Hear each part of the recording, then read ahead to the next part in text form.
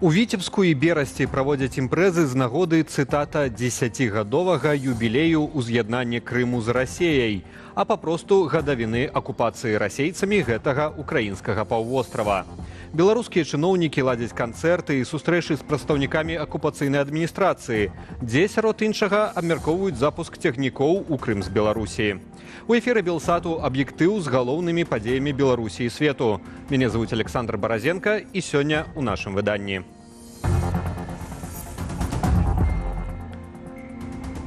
Путин падвышае стаўкі ды гатовы бараніць Лукашенку з выкарыстаннем ядравай зброі.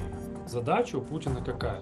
Выкатить весь этот перечень, чтобы в Белом доме это все увидели, ужаснулись и, во-первых, не дали Украине разрешение бить дальнобойным оружием по территории Российской Федерации. Прадстаўнікі рэжыму на трыбуне Арганізацыі Аб'яднаных Нацыяў. Якое пасланне вязе ў Нью-Йорк Максім Рыжанкоў? Там дастаткова шмат дыктатарскіх рэжымаў, якія выступаюць там гадамі, а анаўскія трыбуны не чырванеюць ад гэтага, яны да гэтага звыкліся.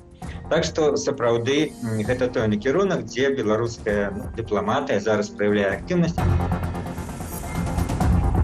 Ці трапяць на беларускі рынок аўтамабілі тапельцы з Еўропы? Компьютер покажет ошибки. Если машина свежеутопленная и быстренько привезена, и быстренько отмыта, и быстренько продана, или быстренько продается, то у нее все есть шансы, что у нее ошибок не будет даже. Но они могут появиться в процессе за первый год эксплуатации. Легко. І пачынаем з трывожных лічбаў. Амаль у 15 разоў узровень захворвання на гепатыт А ў Беларусі па выніках першага паўгоддзя перавышаў паказнікі аналагічнага перыяду летась.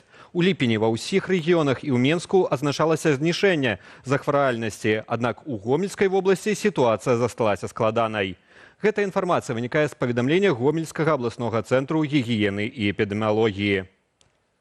Адпаведны дакумент не для агульнага распаўсюду трапіў у нашу рэдакцыю. Цяпер, паводле дакументу, у Беларусі назіраецца спад хваробы, і зноў жа за выключэннем Гомельшчыны. Вірусны гепатыт А або хвароба Боткіна – гэта вострае інфекцыйнае захворванне, якое праходзіць з пераважным паражэннем печані і праявамі жаўтухі. Вірус перадаецца чалавеку праз брудныя рукі, падчас прыёму ежы або пры паленні, праз прадметы ўжытку і агульны посуд. Звяртацца да лекара неабходна пры з'яўленні першых прыкметаў хваробы, не чакаючы з'яўлення жаўтухі. Масква ўзмацняе ядравы шантаж. Путін анансаваў абнаўленне ядравай дактрыны, ды ўключыў у яе Беларусь. Спіс выпадкаў прымянення краінай-агрэсарам ядравай зброі значна пашыраны. А ў беларускім небе зноў неспакойна з-за дзеянняў так званага саюзніка. Уладзіслаў Корсак працягне. Расійскія шахеды зноў ляталі над Беларуссю. Паводле звестак украінскіх маніторынгавых рэсурсаў іх было прынамсі 4. Адзін дакладна заляцеў з тэрыторыі Расійскай Федэрацыі і рухаўся ў кірунку Гомля. У неба зноў падымаліся беларускія знішчальнікі. Між тым Пуцін, дроны камікадзе якога знішчаюць украінскія дамы і шматпавярховікі разам з людзьмі і ўжо некалькі месяцаў запар ствараюць такую ж пагрозу ў Беларусі, пераняўся абаронаю нашай краіны. Ён прэзентаваў праект абноўленай расійскай ядравай дактрыны. Адно з дапаўненняў – Расія пакідае за сабою права ўжыць ядравую зброю ў выпадку агрэсіі супраць Беларусі. І можам прасцэнараваць. Расійскія дроны ці нейкія іншыя правакацыі адбываюцца на мяжы з Беларусю, напрыклад, удар па НПЗ ці удар па Гомлю. Канешне ж, Лукашенко не абвінаваць Пуціна ў тым, ці Расію ў тым, што гэта удар нанесены расейцамі для правакацыі. Расія можа выкарыстаць Беларусь у якасці краіны, якая нанясе ядзерны тактычны удар. Гэта азначае, што нашая краіна можа зрабіцца законнаю цэллю для ўдару ў адказ з боку НАТО. Акрамя згадвання Беларусі ў расійскай ядравай дактрыне анансавалі наступныя змены. Агрэсію супраць Расіі з боку любой няядравай дзяржавы, але з удзелам або пры падтрыманні ядравай дзяржавы прапаноўваецца разглядаць як іх супольны напад на Расію. Дакладная інфармацыя аб старце ў бок Расійскай Федэрацыі сродкаў паветрана-касмічнага нападу пацягне ядравы адказ. Крытычная пагроза суверэнітэту Расійскай Федэрацыі і звычайнай зброі будзе падставу для ядравага адказу. все элементы уже в том или ином виде содержатся в предыдущих вариантах военной доктрины или указа о ядерном сдерживании от 2020 года. А те моменты, которые Россия сейчас считает наиболее важными, они были сформулированы более четко и с большим количеством деталей. Адметна, што удакладніць надумалі на фоне паспяховых украінскіх дронавых атак на вайсковыя арсеналы, нафтасховішчы і заводы на тэрыторыі Расіі. Відавочна, сыграла сваю ролю і рыторыка вакол магчымага дазволу саюзнікаў Украіны біць заходнімі ракетамі ў глыб тэрыторыі Расіі. Задача у Путина какая? Выкатить весь этот перечень, чтобы в Белом доме это все увидели, ужаснулись и, во-первых, не дали Украине разрешение бить дальнобойным оружием по территории Российской Федерации. Раз. Запретили Украине там строжайше бить с использованием беспилотников по инфраструктуре, по любой, по военной, вообще по любой. Это банальный вот блеф. Я по-другому просто больше это не воспринимаю. На Захадзе на пуцінскі шантаж адрэагавалі. Усё гэта не пакідае сумненняў у тым, што для Расіі, для пуцінскай Расіі, Украіна гэта толькі пачатак. Ужо сёння Расія спрабуе гібрыднымі сродкамі падарваць адзінства нашых аб'яднанняў, еўрапейскага звязу і НАТО. Сапраўдны вораг Пуціна, давайце скажам гэта цалкам ясна, гэта наш свабодны, незалежны і дэмакратычны лад жыцця. Ён баіцца гэтага. У значна менш стрыманым стылі адрэагавалі ў офісе Уладзіміра Зеленскага. Чалавек пачынае трохдзённую, гэта мы так саркастычна кажам, трохдзённую спецыяльную ваенную аперацыю, а сёння дрыготкімі рукамі з аркуша паперы зачытвае наступнае. Глядзіце, калі мы будзем правакаваць канвенцыйнай зброяй гэтую вайну, то мы будзем выкарыстоўваць супраць няядравай дзяржавы ядравую зброю. Гэта абсалютна рэпутацыйнае дно. Гэта відавочна, што Расійская Федэрацыя не разумее, як спыніць тое, што далей будзе працягвацца ў гэтай вайне. Цягам дня гаспадара Крамля дапоўніў і ягоны прэс-сакратар Дмітрый Пяскоў. Маўляў, абнаўленне дактрыны – гэта сігнал заходнім краінам пра наступствы ўдзелу ў нападзе на Расію рознымі сродкамі і не абавязкова ядравымі. В Москве в последние дни, по-моему, я буквально вчера видел, жалуются, что мы провели учения с тактическим ядерным оружием, а никто нашего сигнала этого, в общем, ты не услышал и не увидел. Они просто не хотят обращать внимание на наши сигналы, мы же предупреждаем. Они не слышат, приходится разжевывать. Як зазначае BBC, пасля наступных украінскіх удараў па тэрыторыі Расіі, Крэмль паўстане перад няпростым выбарам – або пачаць ядравую вайну ў адказ, або прадэманстраваць, што расійская ядравая дактрына не працуе. Уладзіслаў Корсак, Белсат. Святлана сказала ім «Жыве Беларусь», а яны ў адказ ухмыльнуліся, адвярнуліся і паехалі далей уніз. У камандзе Святланы Ціханаўскай распавялі аб выпадку, калі прадстаўнікі дэмакратычнай супольнасці перасекліся з дэлегацыяй афіцыйнага Менску на мерапрыемствах Генасамблеі ААН. Цяпер у Нью-Йорк накіраваўся кіраўнік МЗС Лукашэнкі Максім Рыжанкоў. Навіны з палёў Генасамблеі сабраў Антон Бяздольны. Святлана Тихановская завершая свой визит у Нью-Йорк. Там яна брала ўдзел у 79-й Генасамблеі ААН. За гэты час Тихановская сустрэлася з кіраўнікамі і міністрамі замежных справаў больш чым 40 краінаў і ўзяла ўдзел у 6 падзеях на палях Арганізацыі Аб'яднаных Нацыяў. У нас з'явіліся новыя кантакты з краінамі, у тым ліку тымі дзяржавамі, якія працягваюць супрацоўнічаць з беларускім рэжымам і патэнцыйна маглі б стаць медыятарамі ў вырашэнні палітычнага крызісу ў нашай краіне. Напрыканцы візіту Тихановская падтрымала украінскую формулу міру, якую прэзентаваў у аўторак Уладзімір Зеленскі. У сваёй заяве яна падкрэсліла важнасць уключэння ў любыя перамовы нацыянальных інтарэсаў Беларусі. Нельга дапусціць, каб Беларусь стала суцяшальным прызам для Пуціна і быў замацаваны цяперашні статус-кво. Бо без пазітыўных зменаў сітуацыі ў Беларусі любы мір не будзе даўгавечным. У той жа час працу на Генеральнай асамблеі распачынае дэлегацыя з афіцыйнага Менску, якую ўзначальвае міністр замежных спраў Максім Рыжанкоў. На пляцоўках Генасамблеі ААН ён будзе прасоўваць ідэю шматпалярнага свету, крытыкаваць санкцыі, расказваць пра гістарычную памяць і важнасць захавання традыцыйных каштоўнасцей. Запланавалі таксама каля дзясятка сустрэчаў з неназванымі прадстаўнікамі еўрапейскіх, азіяцкіх і лацінаамерыканскіх краінаў. Там дастаткова шмат дыктатарскіх рэжымаў, якія выступаюць там гадамі, і аанаўскія трыбуны не чырванеюць ад этого, яны да этого звыкліся. Так што сапраўды гэта той накірунак, дзе беларуская дыпламатыя зараз праяўляе актыўнасць. Асноўнымі тэмамі для сусветных лідараў на падзеях Генасамблеі застаюцца ўзброеныя канфлікты. Прэзідэнт Украіны Владзімір Зеленскі падчас двухбаковых сустрэчаў з брытанскім прэм'ерам, прэзідэнтамі Францыі і Паўднёва-Афрыканскай Рэспублікі ды з кіраўніком ААН Антоніо Гутэрэшам прасоўваў украінскую формулу міру і заклікаў лідараў падтрымаць будучы самміт міру. А на мерапрыемстве, прысвечаным падтрыманню і аднаўленню Украіны, Зеленскі ўпершыню падчас Генасамблеі сустрэўся з Джо Байденам і лідарамі Еўрапейскага звязу. Пасля разбуральнай другой сусветнай вайны саюзнікі запусцілі план Маршала, які даў міру шанец зрабіцца сапраўды трывалым. І сёння мы закладваем падмурак для падобнай архітэктуры аднаўлення, якая будзе спрыяць міру ва ўкраіне і ва ўсёй Еўропе і агульнаму дабрабыту. Шматлікія прамовы і паседжанні 79-й сустрэчы сусветных лідараў былі прысвечаны абвастрэнню сітуацыі на Блізкім Усходзе. Ізраіль анансаваў наземную аперацыю супраць узброенай групоўкі Хізбола на тэрыторыі Лівану.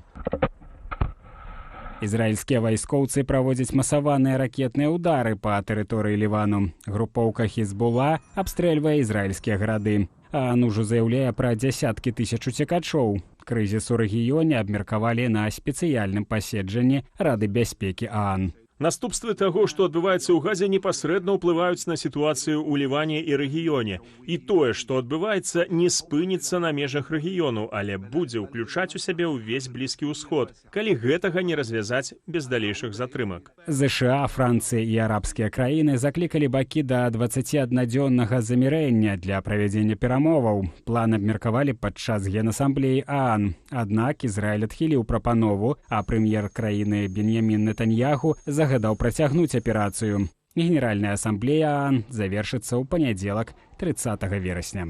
Антон Бяздольны, Белсат. Прынамсі 80 дронаў і 6 ракетаў выпусціла Расія па 14 вобласцях Украіны. У Адэскай вобласці ад масаванага абстрэлу загінула жанчына, а цэнтр Івана-Франкоўску пасля атакі застаўся без святла. У выніку расійскага артабстрэлу ў Запарожжы атрымалі раненні самаменей 10 чалавек. Акупацыйныя войскі ўдарылі па жытло і забудове, тэрыторыі прамысловага прадпрыемства. Пашкоджана 11 прыватных і 1 шматпавярховы дом. У Кіеве абломкі беспілотніка ўпалі на тэрыторыю дзіцячага садка. Акрамя таго, ад падзення абломкаў дронаў у адным з цэнтральных раёнаў гораду адбылася разгерметызацыя газавай трубы на першым паверсе 5павярховіку.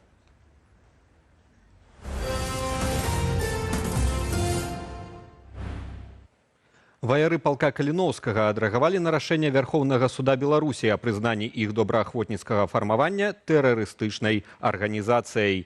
Дзеніс Кіт, экс-камандзір палка Каліноўскага, пракаментаваў Белсату сваё стаўленне да такой пастановы лукашэнкаўскага суда. Тых, хто абараняе свой дом, тых, хто дапамагае ў абароне, тых, хто змагаецца за свабоду, называюць героямі, а не террористами. И я хотел бы, как в сусветной политике представництва розных краінаў нарэшце пачалі ўжо казаць сваімі словамі, хто такі Лукашенко. Я хотел бы призвать, напэўна, нават усіх для того, каб у замежнай супольнасці пачалі гаварыць праўду пра рэжым Лукашэнкі. Но это тое, што яны, з'яўляючыся тэрарыстамі, утрымліваюць владу сілавым шляхам, яшчэ не пакараныя, робяць нейкія заявы пра нас, што мы тэрарысты. Нямецкая кампанія Carl Zeiss, адзін з міжнародных лідараў у галіне вытворчасці оптыкі, абвясціла аб сваім сыходзе з Беларусі. Як паведамляе інтэрнэт-партал «План Б», рашэнне прынялі пасля таго, як сёлета ў чэрвені Еўразвяз увёў санкцыі супраць беларускага холдынгу «Белома». Карл Цейс, буйная нямецкая кампанія, якая ў 90-е гады минулага стагоддзя арганізавала вытворчасць на тэрыторыі Беларусі. Яна займаецца распрацоўваннем і вырабам высокадакладнай оптыкі для розных галінаў, ад медычнага абсталявання да фотатэхнікі і навуковых даследаванняў. Прысутнасць такой кампаніі ў Беларусі адыгрывала важную ролю, спрыяючы развіццю высокатэхналагічных вытворчасцяў і інавацыйных рашэнняў у краіне. Ініцыятыва «Белпол» у траўні выпусціла сваё маштабнае расследаванне, дзе раскрыла схемы ў пастаўках холдинга «Белома» вайсковай оптыкі ў Расію. Проблема в том, что режим Лукашенко сделал все так, чтобы оставить вот эти вот мощности, станки в собственности ММЗ имени Вавилова, которая является управляющей компанией холдинга «Белома». И они оставили это все, и сотрудники, естественно, были все переведены на работу в ММЗ имени Вавилова и будут заниматься и продолжать создавать оборудование военного назначения.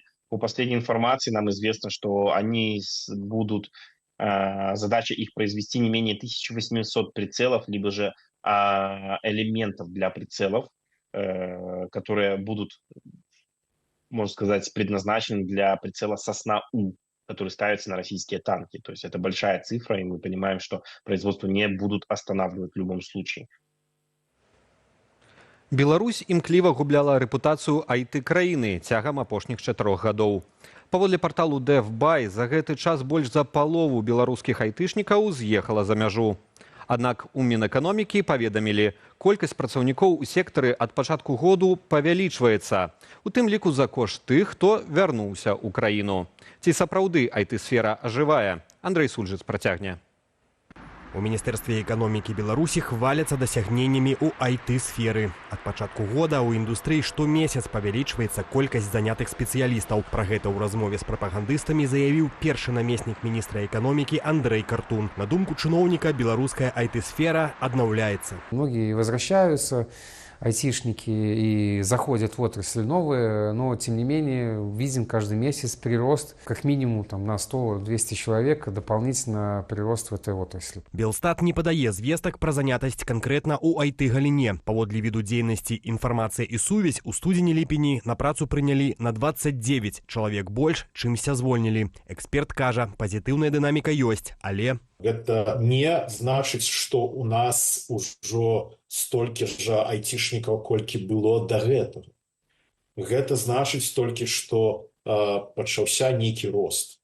А да гэтага колькі сыходзіла. Выклікаюць сумневы і словы пра вяртанне адмыслоўцаў з эміграцыі. Вядомыя выпадкі, калі айцішнікаў затрымлівалі на мяжы Беларусі і краінаў Еўразвязу. Некаторая, можа быць, прыязджаюць час ад часу, ці можа маленькая колькасць звярнулася, і пра гэта мы ведаем дзякуючы Белта там, і ўсім дзяржаўным медыа, але перш за ўсё мы ведаем, што гэта рыскі. На умовах ананімнасці мы пагаварылі з працаўніком адной з кампаніяў чальцоў ПВТ, ды спыталі, ці сапраўды заўважная тэндэнцыя вяртання айцішнікаў у Беларусь. У кампаніі, дзе я працую, я ані разу не чуў, каб хто-небудзь з працаўнікоў, якія з'ехалі і вярнуўся назад. Аналагічная сітуацыя сярод маіх знаёмых, якія з'ехалі. Ніхто з іх назад не збіраецца. Акурат пасля публікацыі інтэрв'ю Картуна у прапагандысцкіх тэлеграм-каналах пашыраецца відэа з IT-адмыслоўцай, якая пасля 3 гадоў працы ў Польшчы вярнулася ў Беларусь. Сярод аргументаў высокі кошт жытла ў Варшаве, корки на дорогах, а таксама кароткі светлавы дзень і таксисты. Потому что они ненормальные, они ездят ужасно, нарушают. Такси дорогое, ужасные грязные машины, вонючие, воняют сигаретами. Они никогда тебя ни о чем не спросят, ни про музыку, ни про вонь, ни про что. Просто комфорта там нет. Пасля пачатку масавых рэпрэсіяў у Беларусі міграцыя працаўнікоў IT-сектару была адною з самых заўважных. Толькі за апошнія 2 гады сфера, паводле афіцыйных звестак, страціла амаль 23 тысячы асобаў. Сёлета колькасць занятых у галіне адкацілася на ўзровень 2019 года, калі там працавалі меней за 100 тысяч чалавек. Андрэй Сульжыц, Белсат.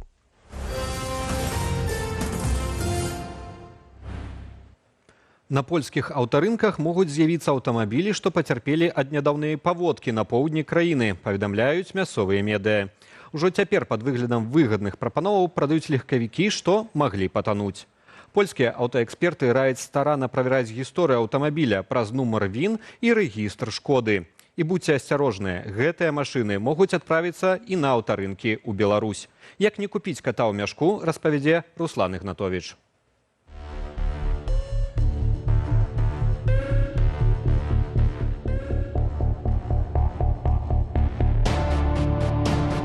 Для маштабных паводак у краінах заходняй ды цэнтральнай Еўропы беларускі аўтамабільны рынок можа сутыкнуцца з сапраўдным наплывам падтрыманых машынаў. Многія аўты, што пацярпелі пасля затаплення, цяпер паступаюць у продаж з заніжанымі цэнамі. Але што ж хаваецца за гэтымі, на першы погляд, таннымі прапановамі?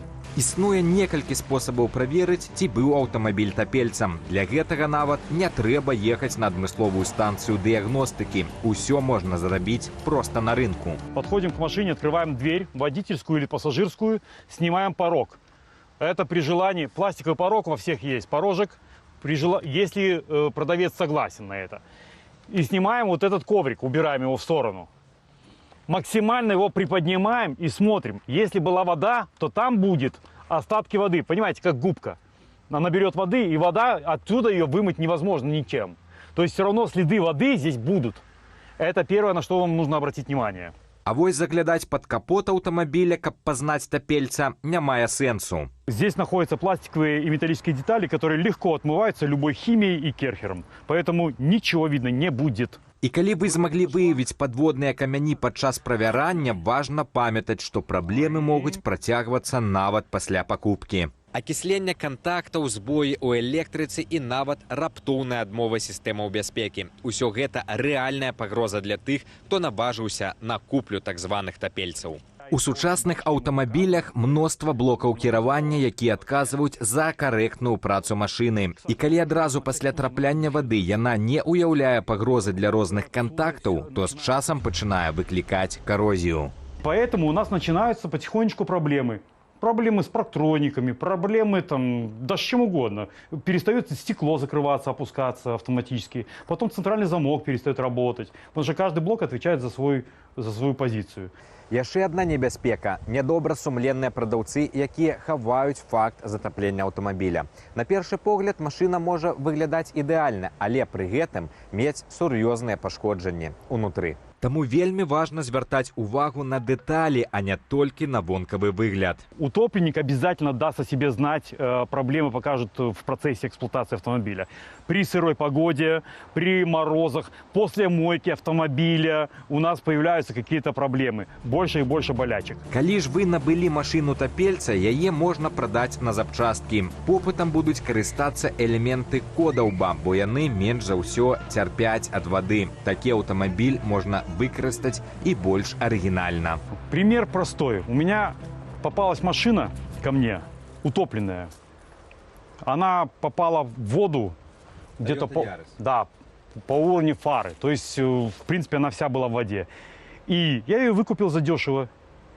Вместо того, чтобы ее ремонтировать, потому что я знаю, что ремонт после утопленника ремонтировать смысла нету, я из нее сделал вот такой вот классный проект. Открываем капот. И здесь я вместо двигателя, то есть я его выкинул и сделал вот такой вот гриль, газовый гриль. Вядома, патопленыя машыны – гэта магчымасць заашчадзіць. Але яна звязаная з рызыкамі.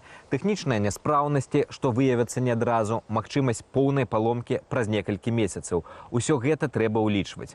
Калі вы наважыліся на такую куплю, будьце гатовыя да дадатковых выдаткаў і не забывайце старанна правяраць аўтамабіль перад тым, як яго набыць. І лепш за ўсё даверыць гэта прафесіяналам. Руслан Ігнатовіч, Белсат.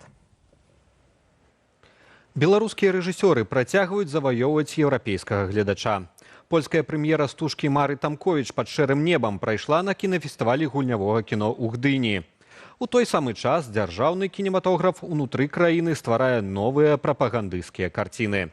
Падрабязней пра тое, што новага адбываецца з беларускай кінаіндустрыяй у матэрыяле Насты Печаньковай.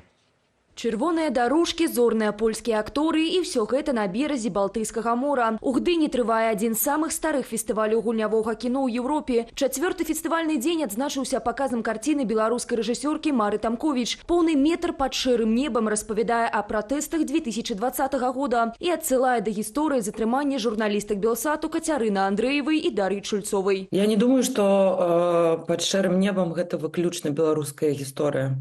Гэта гісторыя, якая адбываецца ў Беларусі, гісторыя, якая таксама запрашае гледачоў звонку зазірнуць у нашу рэчаіснасць. Але гэта вельмі універсальная гісторыя. На польскім кінафестывалі мастацкая стужка прэзентаваная ў асноўным конкурсе і пазмагаецца за галоўны прыз залатога льва з 15 іншымі карцінамі, сярод якіх нашумелы фільм «Зялёная мяжа» Агнешкі Голланд пра міграцыйны крызіс на польска-беларускім памежжы. Пасля паказу ў Гдыні стужка пад шэрым небам працягне фестывальнае турнэ ў Еўропе. А што з беларускімі гледачамі ўнутры краіны? Пакуль магу сказаць, што беларусы ўнутры Беларусі у бліжэйшыя месяцы, на жаль, паглядзець фільм яшчэ не змогуць. Але, канешне ж, мы імкнемся да таго, каб зрабіць яго даступным і для шырокай аўдыторыі.